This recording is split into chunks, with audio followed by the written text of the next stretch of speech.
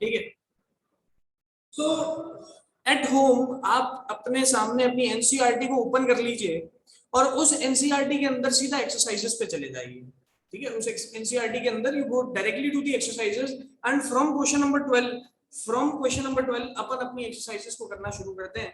तो यहाँ पर मैं लिखता हूँ क्वेश्चन नंबर 12। सीधा सिंपल सा एक ही रूल है बेटा, एनसीईआरटी क्वेश्चंस को अगर आपने करना ढंग से शुरू कर दिया तो चैप्टर आधा तो अपने आप ही क्लियर हो जाता है।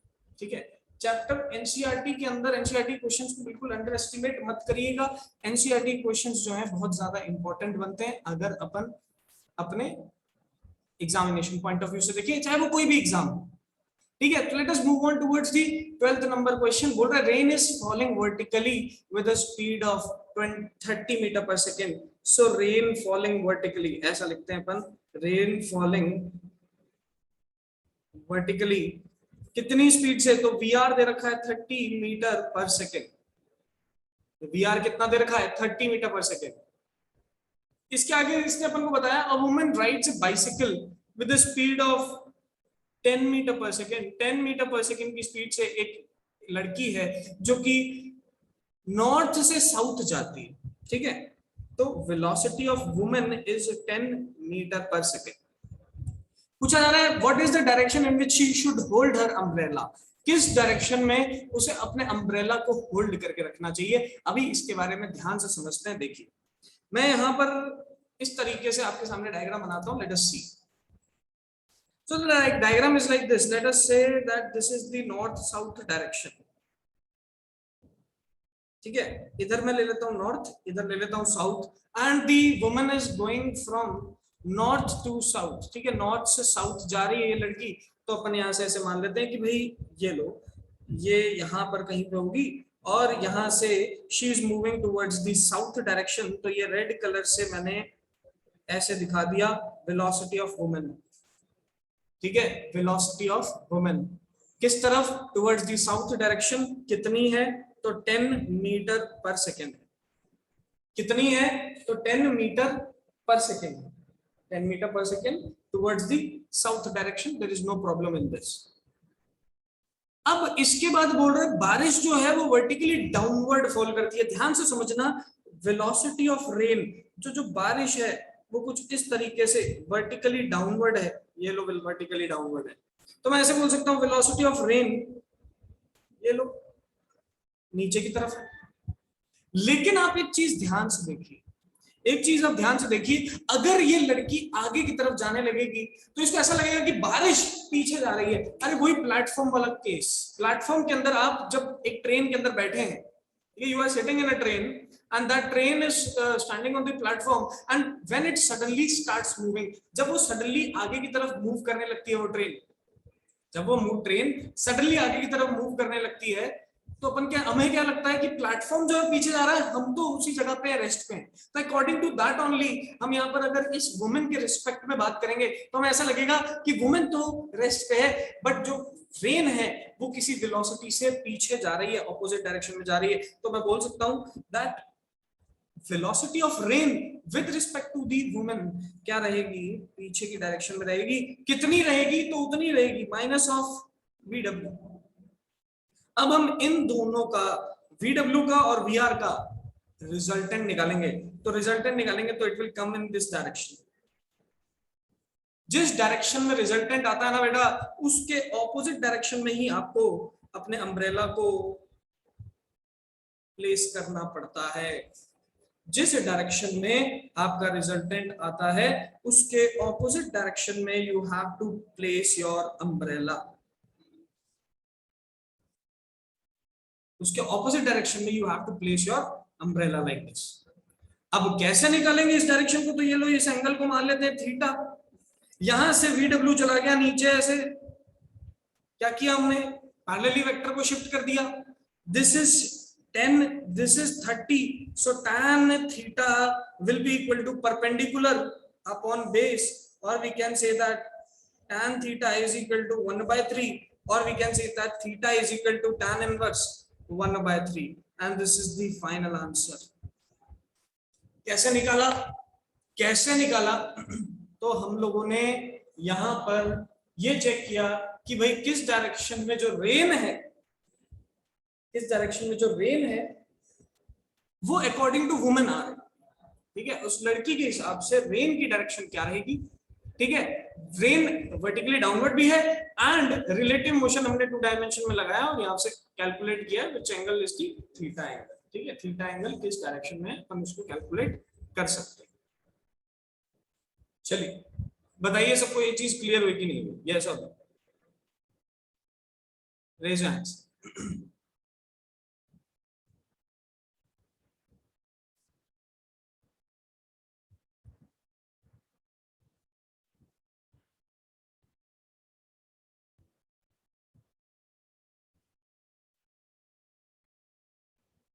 यस बेटा बताइए सबको क्लियर है कि नहीं फर्स्ट।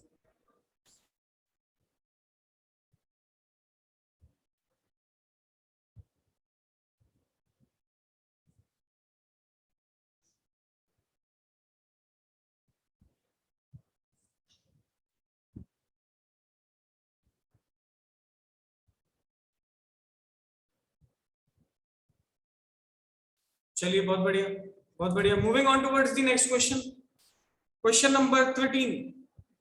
देखिए ये क्वेश्चन भी हम क्लास के अंदर सबसे पहले जब 2D मोशन शुरू किया था हम इस टाइप के क्वेश्चन क्लास में कर चुके थे, ठीक है। क्वेश्चन नंबर 13 आप एनसीईआरटी आप अपने घरों में अपने सामने ओपन करके रखें और उसके बेस पे अपन ये सॉल्व करेंगे। देखिए man can swim with the speed of 4 किलोमीटर/आवर in still water. जब स्टिल वाटर रहता है तो एक आदमी जो है वो 4 किलोमीटर/आवर की स्पीड से चल सकता है। तो वेलोसिटी ऑफ स्विमर मैं यहां पर बोल सकता हूं 4 kmph। कितनी है 4 kmph। How long does it take to cross a river of 1 kilometre width, ठीक है, 1 किलोमीटर की विड्थ वाली रिवर है, ये लो ऐसे मान लेते हैं, ये रहा, ये जो रिवर थी इसकी विड्थ हमें दे रखी है कितनी 1 किलोमीटर 20 1 किलोमीटर की विड्थ दे रखी है। बोल रहा है जो रिवर है वो 3 किलोमीटर/आवर की स्पीड से फ्लो करती है। रिवर की विड्थ मिल गई, रिवर की स्पीड मिल गई, ठीक है, उसके बाद स्विमर की स्पीड मिल गई।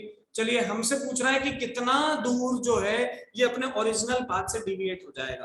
अब ये क्वेश्चन अपन पहले भी जानते थे। देखिए बेटा यहां पर है स्विमर, स्विमर अगर चलेगा तो 4 से आगे चलने की कोशिश करेगा, 4 से आगे चलने की कोशिश करेगा, लेकिन क्या ये अपोजिट बैंक पे पहुंच पाएगा? नहीं, ये अपने पाथ से थोड़ा सा हो जाएगा डिविएट और कहीं यहां पर पहुंचेगा, इधर कहीं पे पहुंचेगा, ठीक है। it started from the O point, reached trying to reach the point P, लेकिन ये P पॉइंट को रीच नहीं कर पाएगा, ये P पॉइंट तक पहुंच नहीं पाएगा, ये अपने पाथ से डिविएट हो जाएगा और कहीं Q पॉइंट पे पहुंचेगा। ये अपने पाथ से डिविएट हो जाएगा और कहां पहुंचेगा? कहीं पे Q पॉइंट पे पहुंचेगा। हम ये देखना चाहते हैं, हम ये देखना चाहते हैं कि ये जो P से Q पॉइंट है ये आपस में कितना दूर है, मतलब ये अपने पाथ से कितना डिविएट हो चुका है, x निकालना चाहता हूं। देखिए रिवर चल रही है 3 से, अब जितने टाइम में ये क्रॉस करता है नदी को, क्या उतने ही टाइम में तो रिवर इसको आगे ले जाएगी, ठीक है। तो मैं यहां पर पहले तो निकाल लेता हूं time of crossing the river.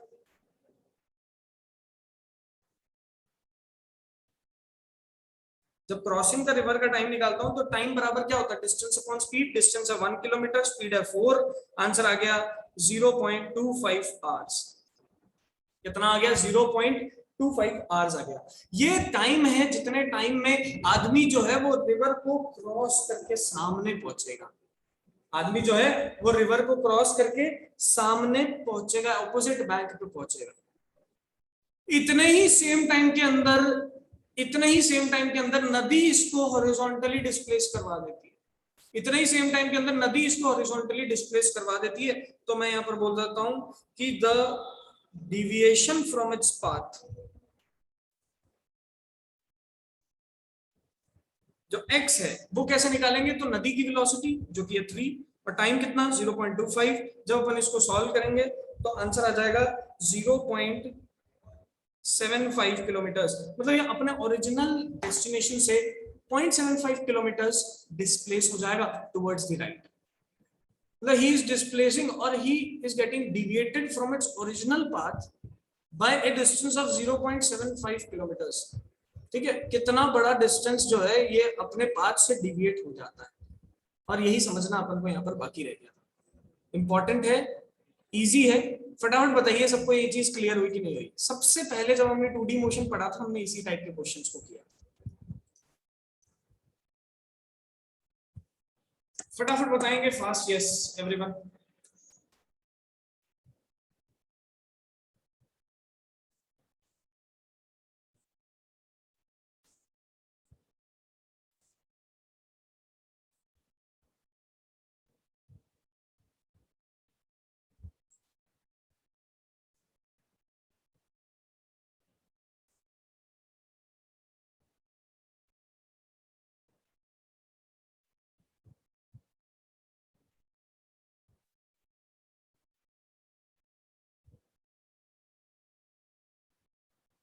चलिए बहुत बढ़िया, very good. Moving on to the next question, question number 14।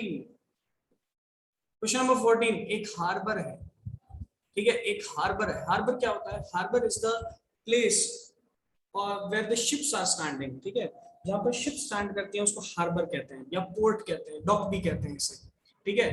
Harbour हो गया, पोर्ट हो गया, ये सारे एक ही नाम है, ठीक है। तो हार्बर, पोर्ट और डॉक्स, ये सारे के सारे एक ही चीज है, ठीक है। फंक्शन थोड़े बहुत अलग अलग हो सकते हैं, लेकिन हाँ सभी के अंदर एक चीज कॉमन होती है कि बड़े बड़े ships, cargo ships, passenger ships, सभी लोग यहाँ पर आके अपनी शिप्स को है ना स्टैंड करते हैं, पार्क करते हैं, ये सिस्टम। तो हम जानते हैं कि एक जो शिप होती है उसके सेंटर पे एक बड़ा सा मास्ट लगा होता है, ठीक है, जिसको अपन, एक बड़ा सा पोल होता है जिसको अपन मास्ट कहते हैं। ये जो सेंट्रल पोल होता है this is known as the mast, MAST। और इस पोल पे सबसे ऊपर शिप का फ्लैग लगा होता है, ठीक है।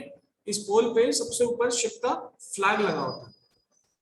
बोल रहा है कि जब जब एक पर्टिकुलर हार्बर पे कोई बोट खड़ी रहती है तो वहां पर हवा जो चलती है वो 72 किलोमीटर पर आवर की स्पीड से चलती है, ठीक है। हवा जो चलती है 72 किलोमीटर पर आवर की स्पीड से चलती है, ठीक है, सीधी सिंपल सी बात है, कोई दिक्कत नहीं।